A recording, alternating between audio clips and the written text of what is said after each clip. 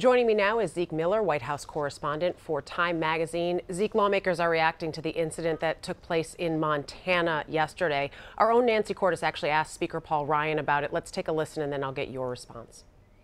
Given what happened last night, should Greg Gianforte withdraw from the Montana House race?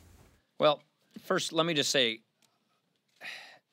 physical altercations there's never a call for physical altercations. There is no time where a physical altercation should occur with the press or with just between human beings.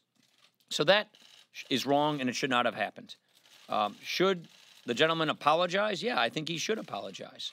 I know he has his own version, and I'm sure he's going to have more to say, but there's no call for this, no matter what, under any circumstance.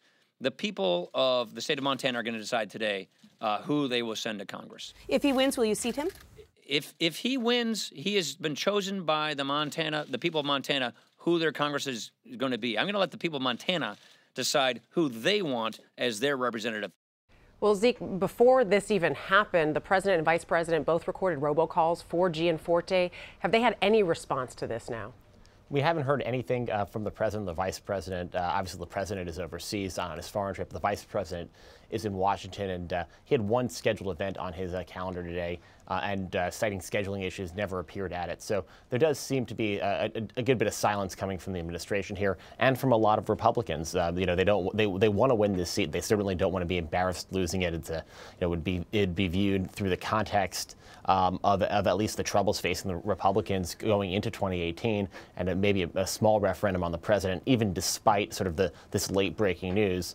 They want to win it, and they don't want to sort of jeopardize that, with polls open. Yeah, I mean, the way you're talking about it, this is exactly what it is. It's a red state, and people are talking about if you were to see a Democrat win Montana or even a very close election, that maybe it is an early referendum on the president. How concerned is the White House with that? They certainly are concerned about that narrative. Obviously, if he were to lose, they would start spinning the late-breaking news. This can't be a referendum because of this now misdemeanor assault charge against Gianforte here. So there are ways for them to spin themselves out of it, but they certainly want to win. They don't want the PR hit from losing it. And there are real concerns here. I mean, Republicans have had trouble with the other races. The Atlanta suburbs in Georgia, the Jon Ossoff race. He did very well in the primary there, just near 50%. So the thing that they are most concerned about is the notion of sort of a bandwagon forming, any momentum that Democrats building behind Democrats. That could be sort of almost unstoppable for them going into 2018, particularly given the dynamics in Congress right now. You mentioned the president is overseas, as we all know, but more breaking news surrounding the White House today, and the fact that the U.S. Court of Appeals, the Fourth Circuit, has ruled upholding a ban of the president's executive order banning the executive order that was a travel ban, as it was known. Have we heard any response to that either? Nothing yet from the White House. They've been a little slow to respond on some of these from overseas, but certainly just the latest example of how the administration sort of they didn't get their legal ducks in order on the first travel ban, certainly, and even on the second one, they said they would be able to withstand legal challenges, and time again, their legal strategy hasn't worked, and they've largely been done in by the president's own comments around the ban, embraced the term ban, and also his comments on the campaign trail. That was something that was cited in the Fourth Circuit's opinion. That's going to be an issue, certainly, that will follow the president when he comes back to town. Healthcare in the spotlight. The CBO score released yesterday. What has the White House said about that? We've heard Republicans already sort of saying you don't need to pay attention to this and distancing themselves, sort of discounting that score. Yeah, the White House is sort of following a lot of congressional Republicans on this, saying CBO got their estimate wrong on Obamacare originally when the law was passed 7 years ago. Therefore, they're going to be wrong again now.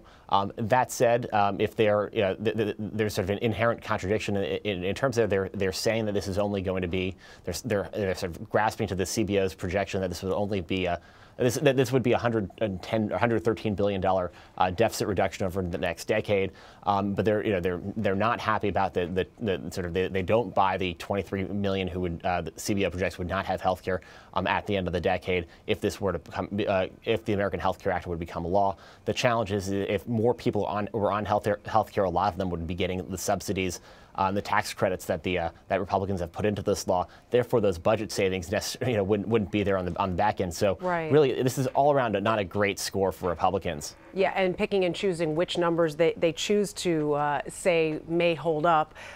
Leaks, I want to go there because we have heard from the president in regards to leaks that may have happened as it relates to the Manchester bombing. And we've even heard from the Attorney General as well.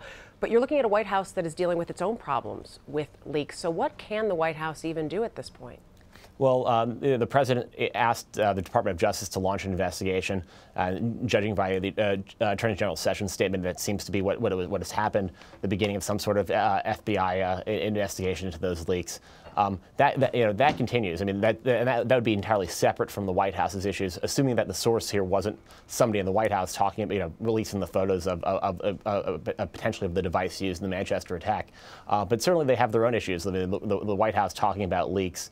Is kind of rich, but these are a different level. There's one of the sort of political sniping, and here an area where revealing sensitive information that was given to the United States by a partner in confidence. So if that does become a criminal investigation, that's the sort of thing that will certainly take time, but would proceed largely unimpeded by the administration's other issues on leaks as well. A myriad of topics to cover. Time White House correspondent Zeke Miller, we appreciate you weighing in on all of them. Thanks for having me.